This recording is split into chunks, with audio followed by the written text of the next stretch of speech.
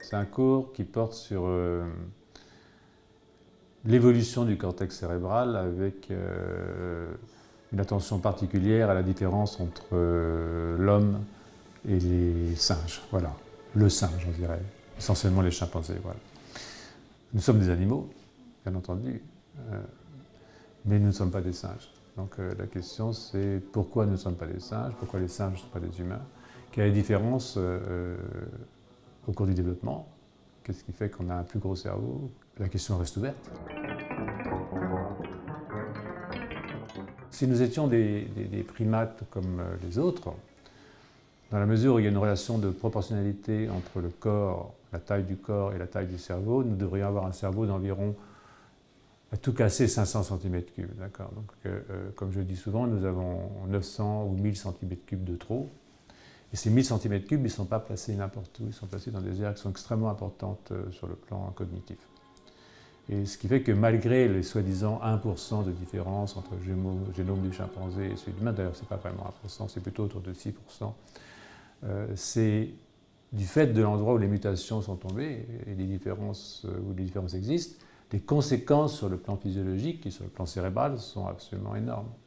Ce qui fait que nous sommes comme sortis de la nature, c'est-à-dire que par nature, puisque c'est des événements génétiques et des événements de ce genre, nous sommes séparés de façon quasiment abyssale des autres animaux.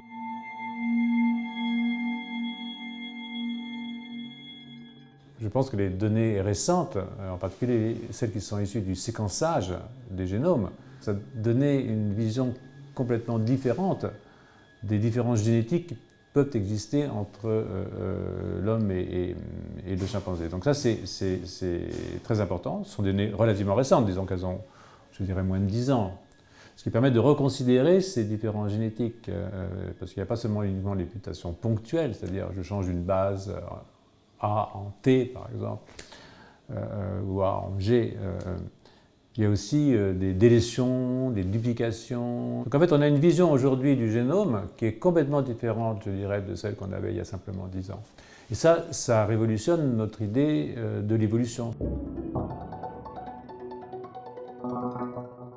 La taille du cerveau a des conséquences très fortes. Elle a des conséquences très fortes parce que, comme en même temps, l'humain s'est redressé, il n'est plus quadrupède, il est bipède, pour des raisons qui sont probablement liées aussi à des mutations, et peut-être à des mutations assez proches de celles qui ont augmenté la taille du cerveau, eh bien, ça donne des contraintes, si vous voulez, à la mécanique, je dirais, de la parturition. C'est-à-dire qu'il faut que la tête sorte. Si la tête est trop grosse et si l'animal est bipède, le conduit est plus étroit et ça peut ne pas sortir. Ce qui fait que les humains sont nés prématurés sur le plan cérébral. C'est-à-dire qu'une grande partie, non seulement le cerveau est plus gros, mais une grande partie du développement cérébral se fait de façon postnatale. Et ça implique que le développement cérébral se fait en interaction avec le monde. C'est-à-dire que tout ce qui sont les interactions avec un milieu extrêmement riche sur le plan culturel, malgré tout beaucoup plus riche que dans d'autres espèces, eh bien, ça s'imprime, ça modifie la structure du cerveau. Et ça a à voir avec la façon dont le cerveau est modifié par l'environnement, ce qu'on appelle les périodes critiques de développement. Et donc, quand vous avez un environnement très riche en postnatal, et que le cerveau se développe à cette période-là, ça a forcément des implications sur la structure, alors on dira plus génétique, on dira épigénétique, du cortex cérébral. Et ça aussi, c'est quelque chose qu'il faut prendre en compte dans un cours où on explique un tout petit peu ces choses-là. C'est-à-dire que ce n'est pas uniquement la question génétique, il y a aussi la question que quand le cerveau, l'organe se développe en interaction avec le monde, l'organe est complexifié par un monde complexe.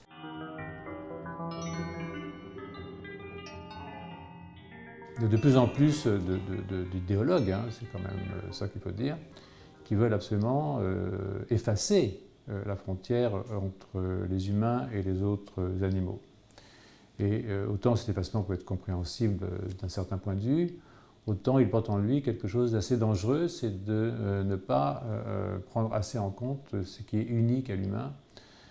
Les humains ne sont pas des animaux comme les autres. Et donc mon cours sera destiné à donner des bases scientifiques et intellectuelles à une discussion qui dépasse le côté purement scientifique, parce qu'il a des implications, ce discours a des implications sociétales et philosophiques absolument évidentes.